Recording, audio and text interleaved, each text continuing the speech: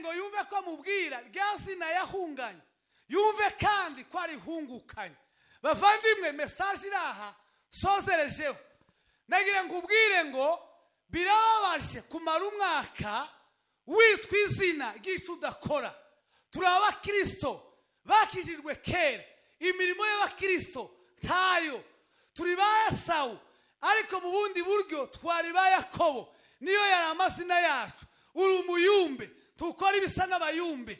Uri umunyamasengesho, imbuto z'amasengesho ndizi kugaragaraho. Uri umuagape, nta bikorwa ufite by'agape. Nagira mbabwire ngo ni byiza kuko uyu mugoroba wiyambura izina ritari ryawe, ukambara izina ryawe, nibwo uzahura n'umugisha wawe. Va mu jurimo winjire mu miryango ivo mu mugisha. Bavandimwe, turasoje. Umugisha urakorerwa, umugisha urakorerwa. Singurekura utambaye umugisha. Ngo aramufata bakirana na marayika, aramubwira ngo singurekura utampaye umugisha, singurekura utampaye umugisha. Nagira mbabwire ngo uyu mwaka tugashire tukagere kure mudakoreye umugisha. Nimukingure imiryango y'imigisha mu ngo zanyu, kingura imiryango y'imigisha mu byanyu. Nimukorere Imana kugira ngo muronke ibyo mwifuza. Mwakira ijambo ry'Imana. Imana ibaho umugisha. Twitonze, harimo amoko 6 y'isadaka tugomba kwigisha muri rufunguruzo. Hanyuma muri no rufunguzo nyine bita gutanga, harimo ingaruka 15 nziza, ingaruka nziza zo gukora, ingaruka nziza 15 ziva mu gukora, nazo zihishe muri rufunguruzo bita gutanga. Urufunguzo bita gutanga rujyanye mu gitabo cy'ibyakozwe n'intumwa, igice ni ngira ngo ni cya 10 n'umurongo wa 35. Havuga ngo gutanga bihesha umugisha kuruta kugira gute guhabwa. Ndavuga ngo uzagerageze mu buzima aho ubaye, ukuboko kwawe kuzahore hejuru yuko abandi. Mwozamura ibiganza byanyu nimuvuge ngo haleluya cyane. Muvandi, ndukifuza ko ukuboko kwawe kuzahora munsi yuko abandi. Rero murumva ko hari yabyagiye amasomo menshi, nta mwanya wayo uhari. Hanyuma tuje mu somo twari tugezemo ku wa 4, ibintu 9 bituma uhinduka isoko y'umugisha.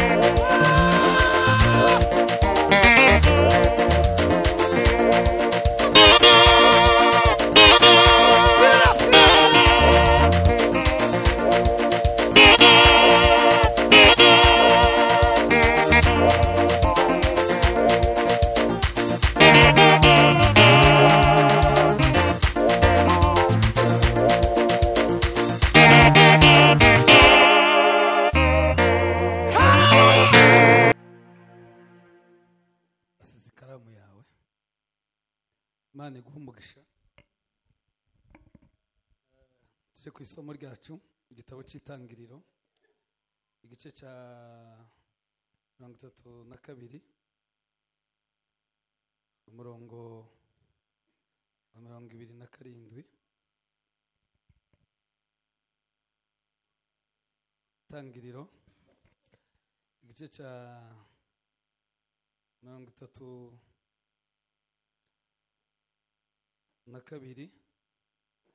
umurongo wa 27.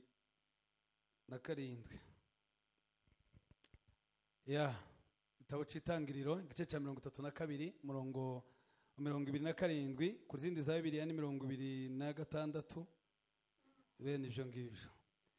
Uwo mugabo aramubwira ati ndekura, kuko umuseke uratambitse. Aramusubiza ati singurekura utampaye umugisha. Amen. Dusubiremo. Uwo mugabo aramubwira ati ndekura, kuko umuseke uratambitse.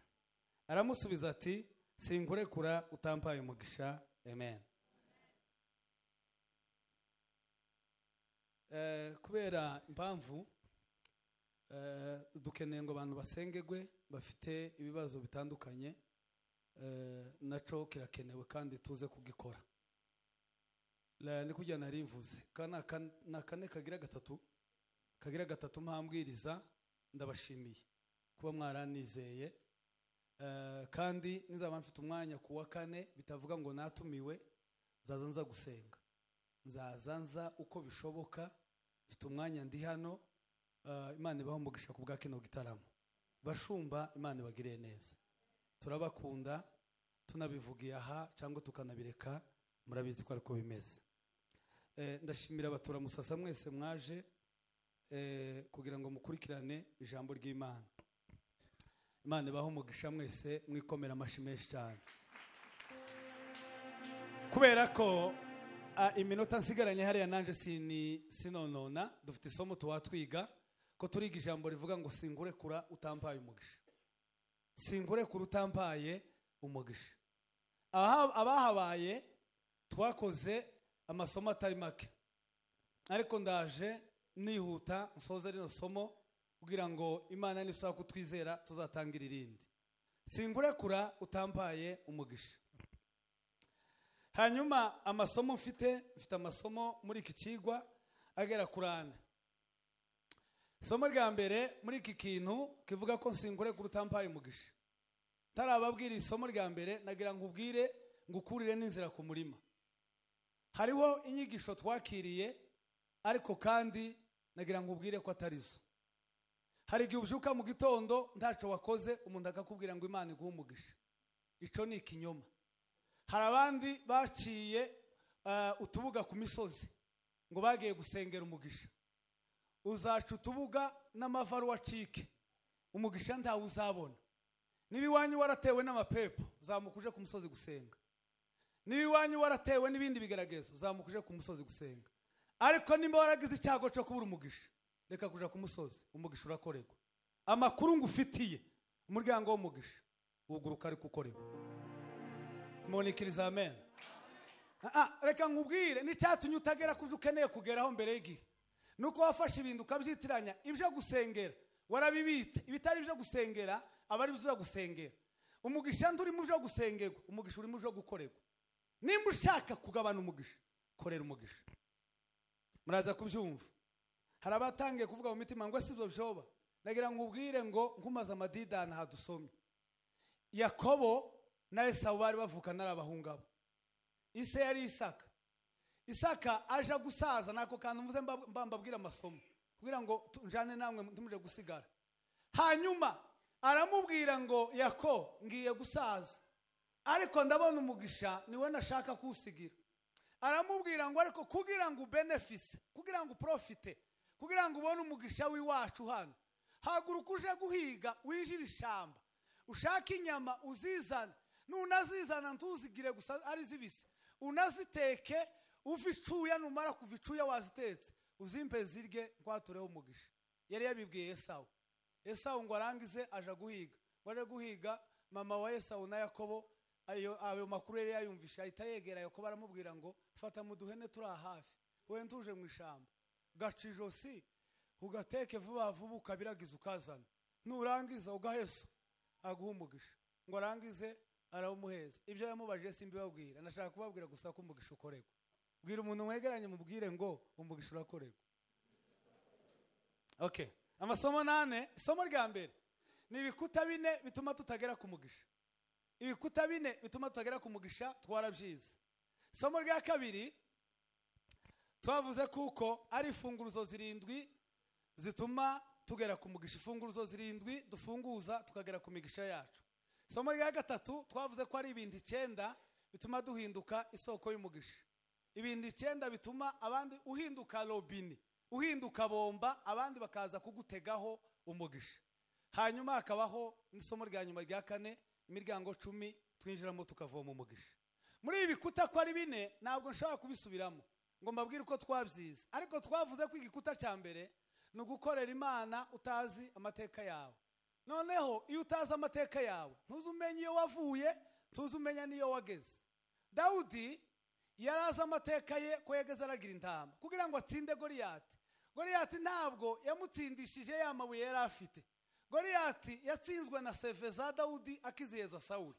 Yaramubwiye ngo ndiriya mu ishamba nakoze. Mu mutima wa Sawuli atangira kwemera akavuga ati ese ibyo koko ko mbona uri umwana muto byarabaye? Ati byarabaye. Dawudi aravuga ngo iyanshoboje gukora biriya izamba n'imbaraga zo gutsinda biriya. Uruhome rwa kabiri ni ugukorera Imana nda amateka tuyifiteho. Buriya mbabwire bavandi ba Muyomba tuzi ko bafite imbaraga kurusha Imana. Ba Pamudogo bari muri Australia na Amerika tuzi ko aribo bakomeye gusumba Imana. Buriya Imana iyo ukoreye nda amateka uyifiteho ntabwo ubwo n'uruhome rushobora gutuma utamena ngo ugere ku mugisha. Ariko ngira mbabwire muri uyu mugoroba Imana iraruta abanyoko wanyu, iraruta abaso wanyu, ishoboye byose gusumba abana bawe. Imana ishoboye byose gusumba bijya byose wibwira. Monikiriza mukavuga ngo amen. Hanyuma urukuta rwa gatatu sindu kandeke no kurutindaho babwire urwa 4. Urukuta rwa 4 ariko rwa nyuma nje kuri ziriya funguzo mbabwiremo 2 nje kuri biriya bindi 9 twari tugezeho ku wa gatatu tera nsoza isomo. Urukuta rwa 4 nukuba umukene mu bintu 2. Kuba umukene mu buryo bwo gusenga, ukaba n'umukene mu buryo busanzwe bw'ikofi. Nubanga iyo ukenye mu ikofi ugakina n'umunyamase ukaba n'umunyantege. Ibyo ni ibikuta bitoruhuru umena ngo ugere ku mugisha. Gukena mu buryo bw'umubiri ugakena no mu buryo bw'umwuka, ubwo ni urukuta ngo tumutagera ku mugisha. Hari abantu bapfuye mu makofi batigira inama yo kugira tubwo dupfuye mu makofi reka dukire ku Mana. Abo barahari. Muvandi nimba ikofi yawe imeze nabi, fata umugambi wo gusenga. Tukene mu ikofi ngukene no mu mutima. Ese ko muranyumvishije? Bangongera ijwi rya mikoro papa. Nagira mbabwire. Hari umuhungu umwe wari warakunze umukobwa wakuze wahekeje. Ako kantu niko mvuze ngatambuke. Aramukunda, family yagurukira mu gati yewe watandukanye n'uyu mukobwa. Nurukuta nari mbabwiye bw'ikofi. Abwira ati uyu mukobwa nza ndyama nkumva notandukana nawe, ariko bwaca mu gitondo nibuka sakameye kumva bitokunda.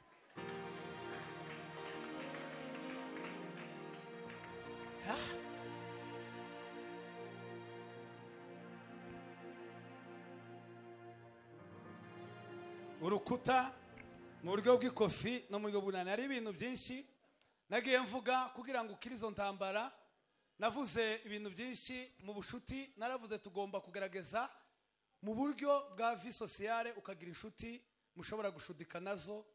Cyambere narabwiye ko yego umutaxivero yo kubera inshuti ariko azaba inshuti ya nyuma, kuko niba ukenye ukagira umutaxivero inshuti yawe nabakene babiri mwihuje mwembi ntawe uzagira icamarira uwawe, azagutura amaganya nawe umuha yandi muture muri iyo kazengerero. Ariko nugira ubushuti n'umugwiza tunga azagira umunsi akurengereza izuba. Nugira umushuti n'abakomeye bazagira umunsi bazagutabara. nugira umushuti n'umunyabwenge nawe uzahinduka umunyabwenge. Ugomba kugira inshuti y'umuntu uzi ibintu byinshi, utegerezwa kugira icyo uvomaho. Muri izi funguruzo zirindwi kambahemo zibiri soze nkomeze nje ku masomo ya nyuma. Funguruzo rwa mbere na rushobora kugurura ukagera ku byo ukeneye cyangwa se ku mugisha wawe. Nababwiye ko ari urufunguruzo bita umwete. Umwete nico kintu cya mbere gishobora kukugururira ukagera ku byo ushaka kugeraho. Sinshaka kubisubiramo. Nimba ushaka gukira, shira umwete mu byo wakora. Nimba ushaka kubona Imana, shira umwete mu gusenga. Nimba ushaka kwakira impano z'ibitangaza, shira umwete mu kwegera Imana. Nimba ushaka kuba umunyabwenge, shira umwete mu gusoma. Nababwiye ko abantu benshi babarata baraha, abantu babarata muraha. Nababwiye kuko si ubwenge mwabuze umwete kugira ngo musingire amadiplome. Niba waratsinzwe 5, iyo wihangana ukageza 10, ushize mu mwete woyironze. Kandi nagira mbabwire ko amasomo arakenewe. Habe nano mu buzima busanzwe muzabirebe niyo mwagiye ku masanganzira. Timuzamuje bakecuru waheza umutaxifera umuzigo. Akabwira ngo ngahandika ngo quartier yawe ngo adresse zawe zose zishira. Siko bazababwira. Uzazishira utarize. Haho. Shira umwete mu bijanye n'ibyo ushaka uzabigeraho. Urufunguzo rwa kangahe reka mvuge ku rufunguzo imbara rwa 6 cyangwa rwa 5. Rwa 5. Urufunguzo rwa 5 ntabwo nduvuga ariko kandi nagira ngo mbabwire ko nago rukeneye. Urufunguzo bita gutanga.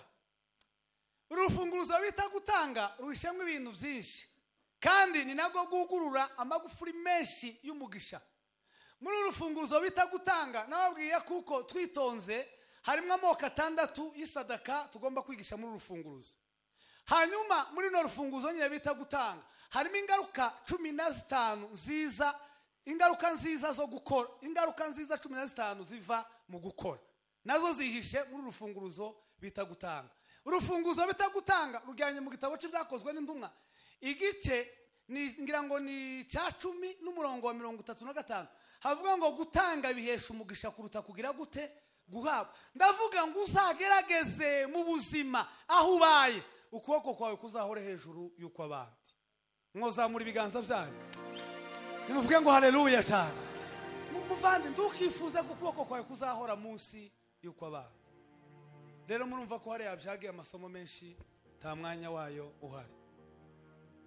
Hanyuma tuje mu somo twari tugezemo ku wa 4 ibintu 9 bituma uhinduka isoko y'umugazi. Yohana igice cya 4 utumwa bwiza simbivugaho ariko uyu Musamariya naho nari kubigisha ingwara 5 yararwaye.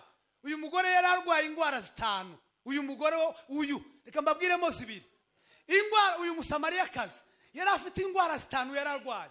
Ingwara ya mbere yararwaye ingwara bita ubwigunge. Ntabwo yageze avomera rimwe n'abandi, ntabwo yageze ashana n'abandi. Nuvuga ngo yagendaga wenyine. Nuvuga ngo yararwaye ingwara bita ubwigunge. Kandi iyo ingwara bita ubwigunge igutinzemo igutera ingwara bita trauma. Nuvuga ngo yagize umugisha ahura na Kristo ataraba traumatize. Mone Kristo amen.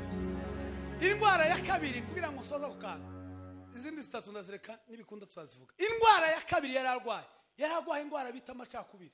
Uyu niwe mugore wa mbere wari urwaye ingwara y'amacakubiri.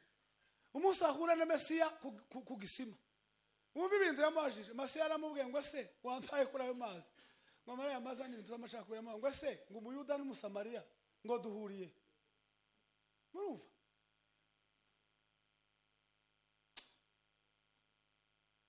Icya kabiri twaravuze kugira ngo uhinduke isoko y'umugisha ugomba guhorana ikaramu wandika ibyiza ku mitima y'abantu.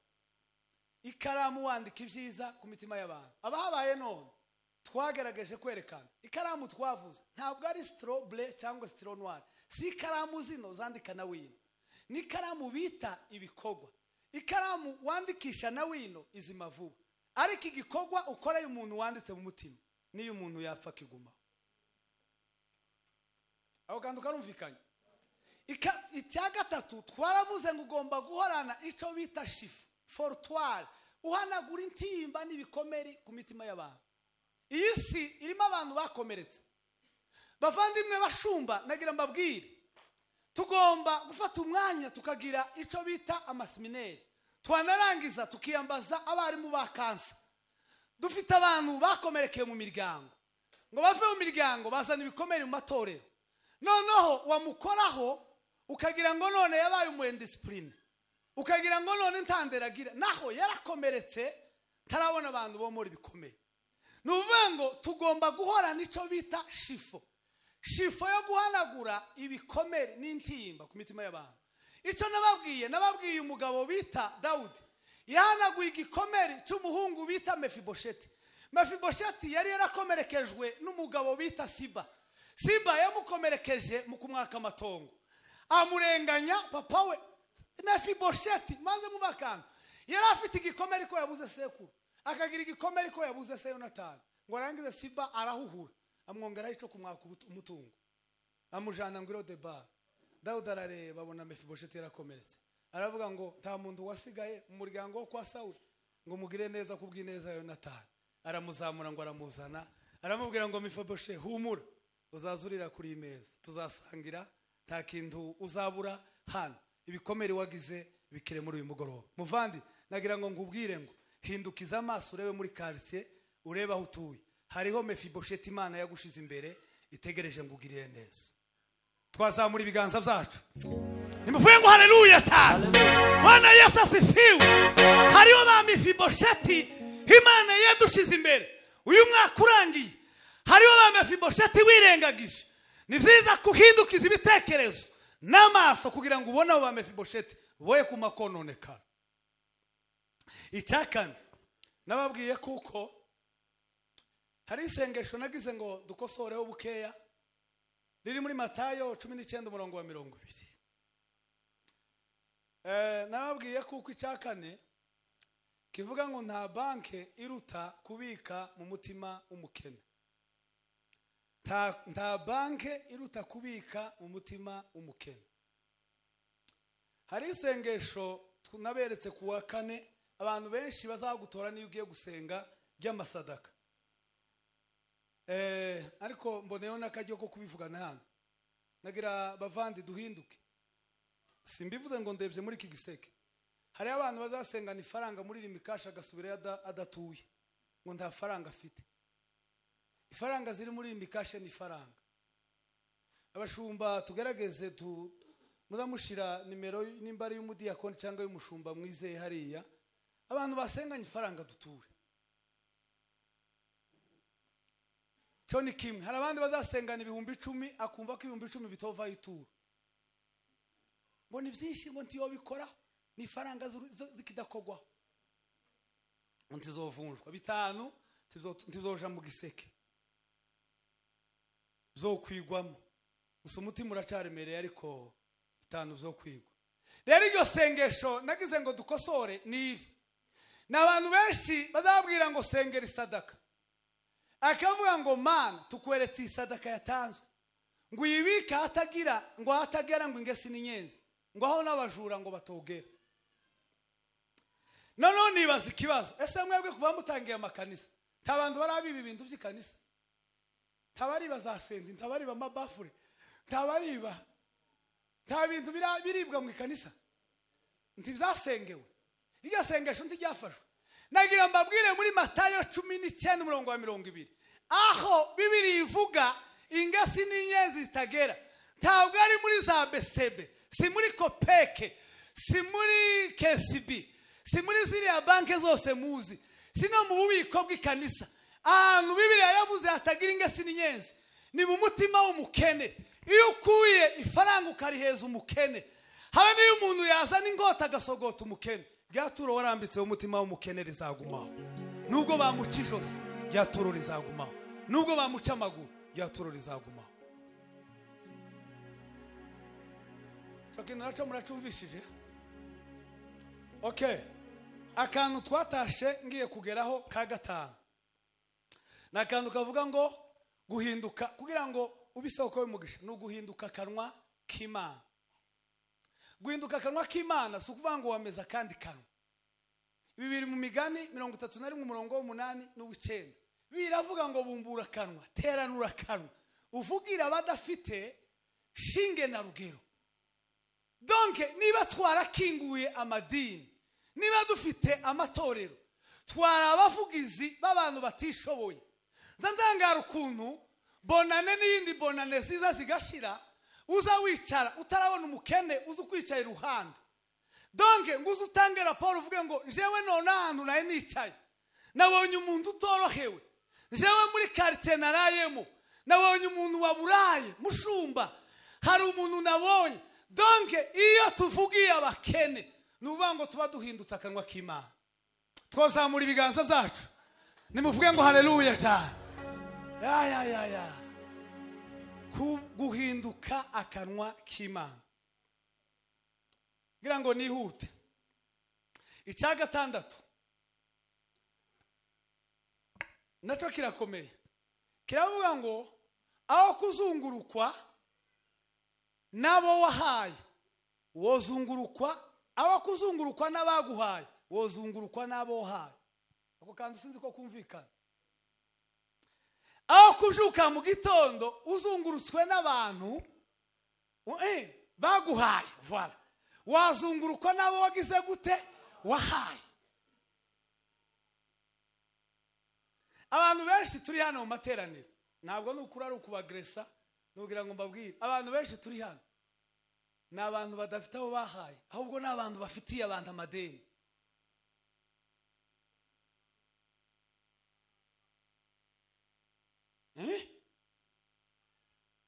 Nagira mbibabwire, twari dukwiriye kubyuka mu gitondo tugashimirwa n'abantu batari munsi y'umubare runaka. Warakoze, warengeje izuba ku bwanjejo, wagize neza, niriwe neza ejo biguciyemo, ejo nageze mu bandi biciye muri wewe, nari mfite isoni zo guseruka mu bandi, wangiriye neza mushumba. Monikiriza amen. Bariza umuntu mweganye mubwire ngo se abakuzengurutse ni bande? Nabaguhaye cyangwa nabo wahaye? Abakuzengurutse ni bande? Nabaguhaye cyangwa nabo wahaye? Nagira mbabwire ikintu kirangiza, zamura ibiganza mbabwire ijambo. Nimuvuye ngo haleluya cyane. Ngira mbabwire ijambo muhakura isomo. Muco ngira ngubwire ngo ya mashati ubitse mu wawe ntabwo ari ayawe, arya n'ubu nyine wavano nta mwaka umwifurije, wavano ugasanga bayibye cyangwa ugavano ugasanga yahiye, ariko amashati yawe, ishati yawe ni yayindi wafashishije umuntu. Niba hari ishati ufite wahaye umuntu niyo yawe, nawe zijya ubitse mu nzu ntabwo ari izawe, si izawe zijya. Harimo ibyaha bibiri muri izo huzu ubitse cyangwa muri ibyo ubitse. Icyaha cya mbere zirashobora kuba zigeze 10, uryamanye icya 10. Icya kabiri zirashobora kuba zirimo isadaka y'imfashanyo, wafasha umukene nayo urayiryamanye.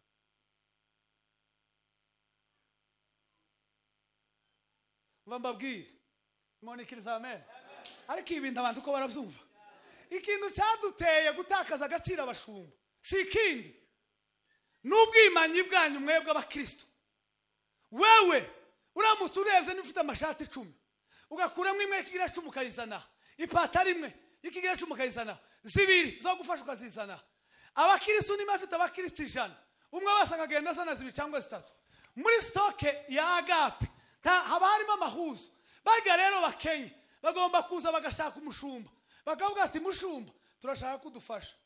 Umushumba baramushakira iki? Afite iki? Mubiko hari iki? Aterura sibyo bamupokeje muhira intambara yake kuvuka ngo abagore batwice.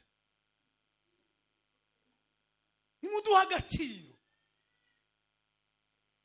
nimufate initiative, musubire mu muzi. Ariko yene monikiriza amen. Monikiriza amen. Nigeze gusoma isomo kubijyanye n'ibigira 10 byo sinkivugaho. Sanga Israeli yari yarageze ku rwego rwo gutanga icya 10 abana ufite abana 10, umwana umwe wa 10 n'uwikigira 10 ukamukuramo, uko bagazamutanga nukuwe bamara kuvuga ko ari ukigira 10, hari umubare w'ifaranga bari barashizeho runaka ugomba kugomboza wa mwana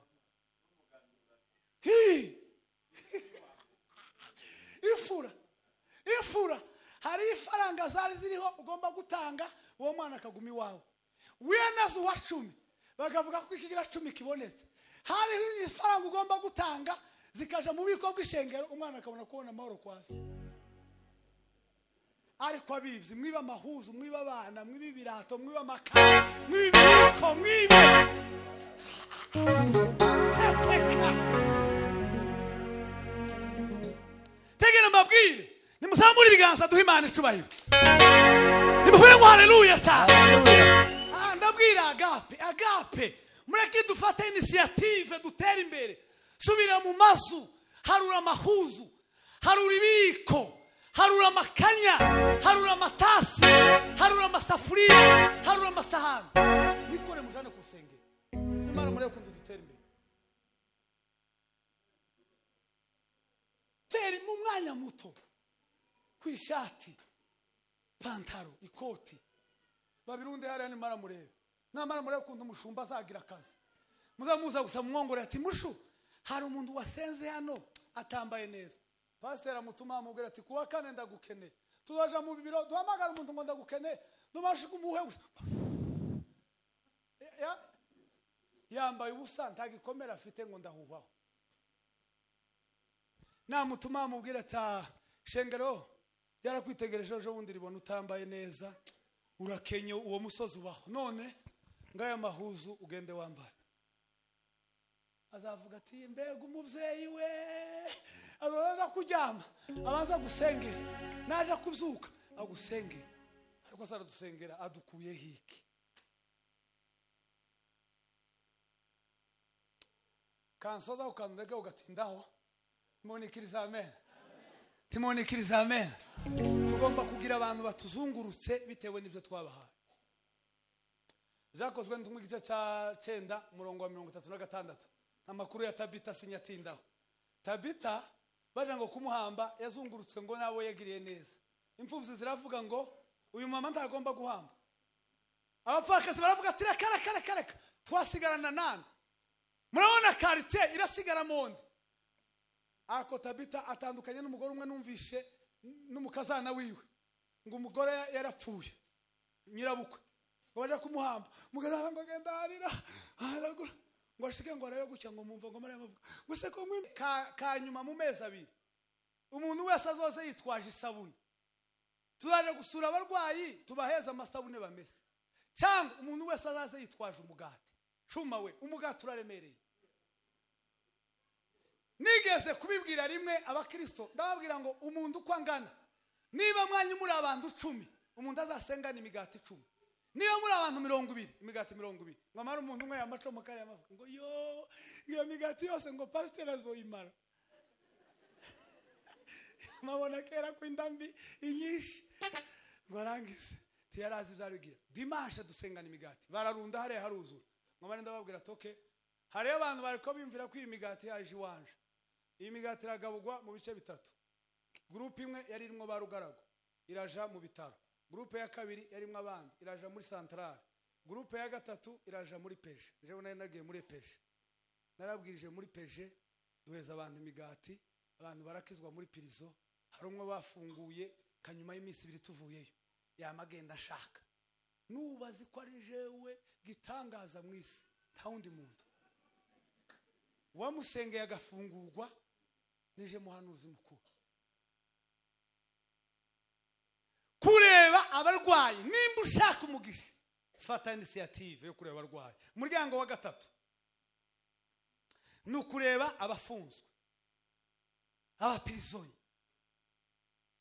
buriya hari abafite ibyaha nimugerayo uzamubwira ngo kugira uzakire emera ibyaha bakubabarira kandi ukizwe hari umuntu uri muri prison wanze kwemera ibyaha bikazatuma apfirayo hari nigashobora kujemera akababarirwa ibyo ndi tubitindaho cyane ariko kandi uyu muryango nawe mukagerageza tukareba tiduhekere mu bitaramo tuzafata umunsi umwe dusoke tuje kureba abafunzwe umuryango wa 4 no kureba imfubyi n'abapfakazi aho se ko ndagenda mbasimba ariko hariho nibyanditswe muri Yakobo 1:27 idini nyakuri ni risura imfubyi niki n'abapfakazi tukagerageza umunsi umwe tukareba imfubyi tukavuga ngo kuwa kane umunsi umwe tuzafasha imfubyi imwe, kuwa kane umunsi umwe tuzafasha umupfakazi umwe. Hanyuma uyu ni umuryango nawe dushobora kuvomamwo umugisha. Umuryango wa kangahe? Wa gatanu ni ukwambika abambaye ubusa. Kwambika abambaye ubusa hagana ariko mvuga. Reka kuryamana amashati 200. Hari wundi ufite 2. Reka kuryamana reka kugira amahuzu 200. Abandi bari gutyo. Reka kugira habe n'amahuzu 9. Ni menshi abandi mugihe bafite 2 cyangwa afite 1.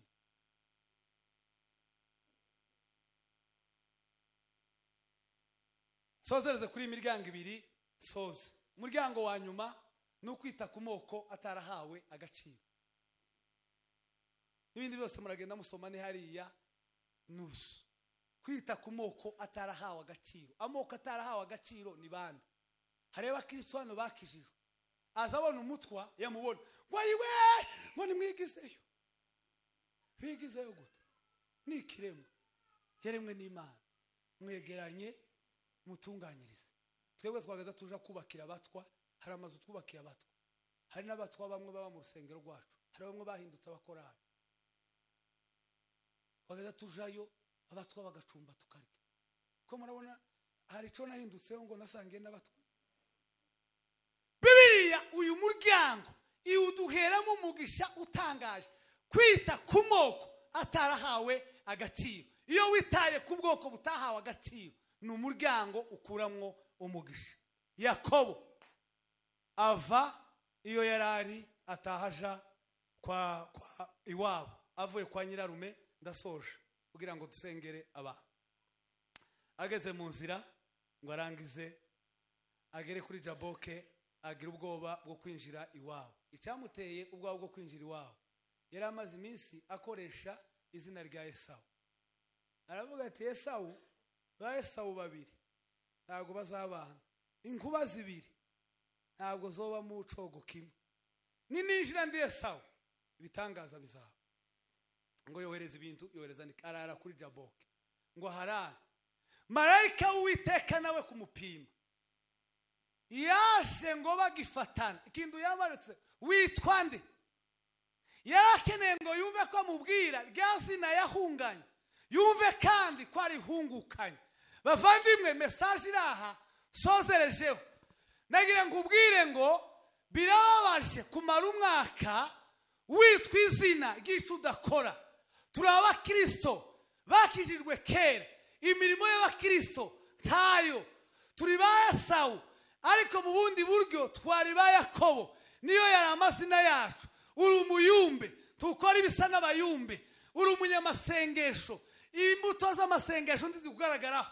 Uri umuagape, nta bikorwa ufite by'agape. Nagira mbabwire ngo ni byiza kuko uyu mugoroba wiyambura izina ritari ryawe, ukambara izina ryawe, nibwo uzahura n'umugisha wawe. Va mu jurimo winjire mu miryango ivo mu mugisha. Bavandimwe, turasoje. Umugisha urakorerwa, umugisha urakorerwa. Singurekura utambaye umugisha. Ngo aramufata bakirana na marayika, aramubwira ngo singurekura utampaye umugisha, singurekura utampaye umugisha. Nagira mbabwire ngo uyu mwaka tugashire tukagere kure mudakoreye umugisha. Nimukingure imiryango y'imigisha mu ngo zanyu, kingura imiryango y'imigisha mu byana. Nimukorere Imana kugira ngo muronke ibyo mwifuza. Mwakira ijambo ry'Imana. Imana ibahe umugisha kandi Imana ibagirire neza. Ndasoje, turanabashimiye tunabasezera. Imana ibahe umugisha. Reka umushumba bahaye igitaramo niko numvise asa. Data bagirire neza kandi abahe umugisha. Kingura mayira, kingura mayira,